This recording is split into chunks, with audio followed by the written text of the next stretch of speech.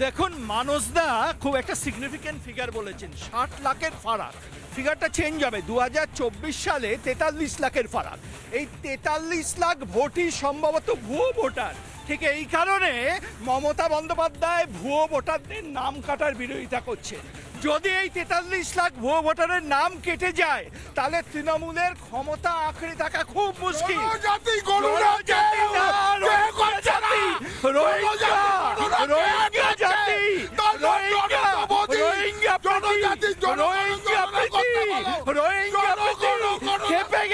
একটা কথা বলুন তো, সিপিআই করেন আপনি, আপনারা কি চান যারা মৃত ভোটার, যারা মারা গিয়েছে, যারা রোহিঙ্গা বাংলাদেশ থেকে সত্যি অনুপ্রবেশ করে এসেছে, কাঁটাতার যেই এলাকায় দেওয়া যায়নি সেই এলাকা দিয়ে এসেছে বা অনুপ্রবেশ করে এসেছে, তারা ভোট দেবে ভোটার লাইনে দাঁড়িয়ে? এটা কোনোদিন হয়?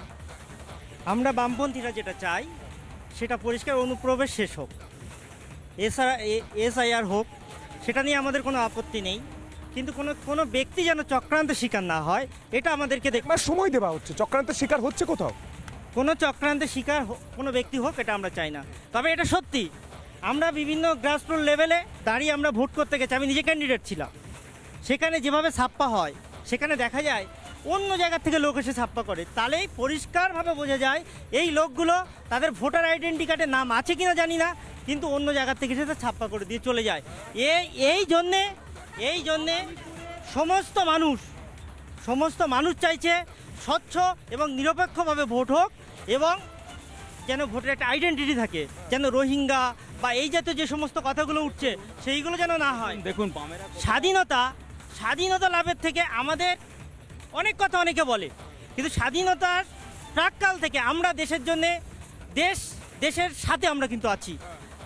আমাদের কিন্তু অনেক কথা বলতেই পারে যে কোনো ব্যক্তি, কিন্তু দেখবেন আমাদের স্বাধীনতা সংগ্রামীরা তারা কিন্তু দেশের জন্য প্রাণ দিয়েছে। 47 সালে দেশ স্বাধীন হলো, 2011 সালে মমতা ব্যানার্জি ক্ষমতায় এলো।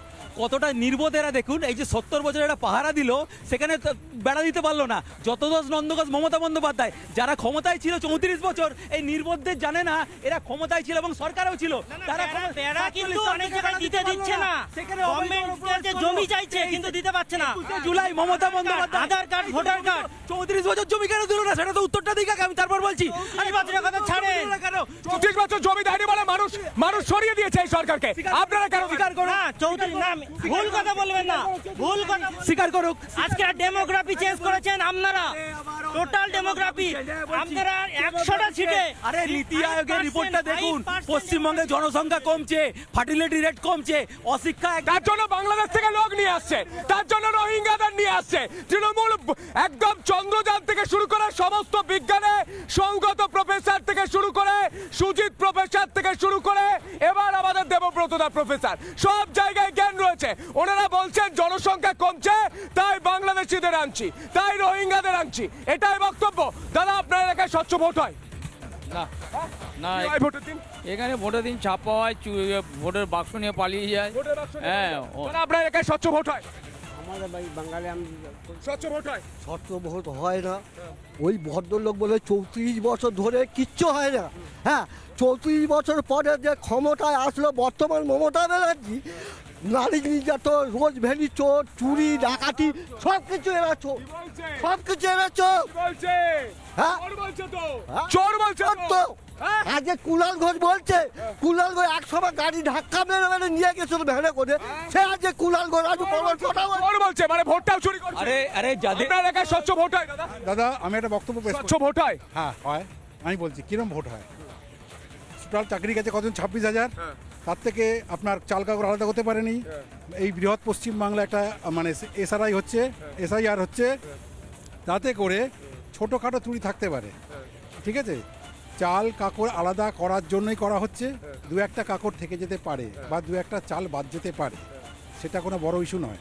ইস্যু একটা সরকার যখন 26,000 থেকে মাত্র 26,000, তার থেকে যখন আপনার এই 5-6 হাজার বাদ দিতে পারে না, পুরোটাই মিশিয়ে দেয়, তখন বুঝতে হবে সরকারের সদিচ্ছার অভাব। সদিচ্ছার অভাব। শুনুন, যাদের চোখের সমস্যা রয়েছে সরকারের ভালো প্রকল্প নেই, চোখের আলোর প্রকল্প, চোখের সমস্যা রয়েছে। বিনা পয়সায় চিকিৎসা হয়, যাদের মানুষকে অপমান করছে। চোখের সমস্যা। আমি খুলে দেবুদাকে পড়িয়ে দিচ্ছি, দেবুদা পড়ুন। আপনার এই প্রকল্পের দরকার আছে, সাধারণ মানুষের দরকার নেই, কারণ সাধারণ মানুষ দেখতে পাচ্ছে না। চিকিৎসা করুন, দেশের সীমাটা মমতা বলুন না, এক মিনিট। আমি শুনুন, মানুষকে জিজ্ঞেস করি, দাদা আপনার এলাকায় স্বচ্ছ ভোট হয়? স্বচ্ছ ভোট হয় আপনার? স্বচ্ছ ভোট হয় আপনার এলাকায়? হয় স্বচ্ছ ভোট? হয় স্বচ্ছ ভোট? হয় দাদা, এলাকায় স্বচ্ছ ভোট হয়? হয় না হ্যাঁ? স্বচ্ছ ভোট হয় না? না দিঘিন ঠিকই হয়। দিঘিন কারা করে? হ্যাঁ বর্তমান সরকার বর্তমান সরকার করে। হ্যাঁ। দাদা স্বচ্ছ ভোট হয় এলাকায়? না এখানে হয় না। মানুষ বলছে স্বচ্ছ ভোট হয় না, আর মমতা বন্দ্যোপাধ্যায় বলছেন এসআর করব না। তার মানে বোঝা যাচ্ছে ভোট হলে উল্টে যাবে চেয়ার। সেই ভয়ে মমতা বন্দ্যোপাধ্যায় বলছেন নো এসআইআর। প্রশ্ন করবো বুকচিতে চোখে চোখ রেখে। নানা ধরনের কন্টেন্ট দেখার জন্য লাইক করুন, শেয়ার করুন আমাদের ফেসবুক পেজ, সাবস্ক্রাইব করুন আমাদের ইউটিউব চ্যানেল। পাশাপাশি অন্যান্য ব্রেকিং নিউজের জন্য অবশ্যই চোখ রাখুন রিপাবলিক বাংলায়।